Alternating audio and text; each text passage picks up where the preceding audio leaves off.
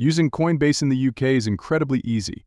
Today I'll walk you through the process. First, head to the official Coinbase website, which is coinbase.com. Click on the Get Started or Sign Up button, then provide the required information, including your name, email address, and a strong password. Check your email for a verification link from Coinbase and click on it to confirm your email address.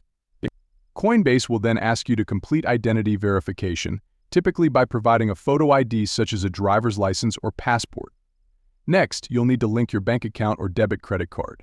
Log in to your Coinbase account, navigate to the Settings section, and add your UK bank account details or link a debit credit card. Once your account is set up and verified, go to the Coinbase dashboard. Choose the cryptocurrency you want to buy or sell, specify the amount, review transaction details, and confirm the transaction. If buying, select your payment method bank account or debit credit card and complete the payment. If selling, specify the destination, e.g., GBP wallet to receive the proceeds. Enhance the security of your Coinbase account by enabling 2FA and monitor your account regularly for any unauthorized activity.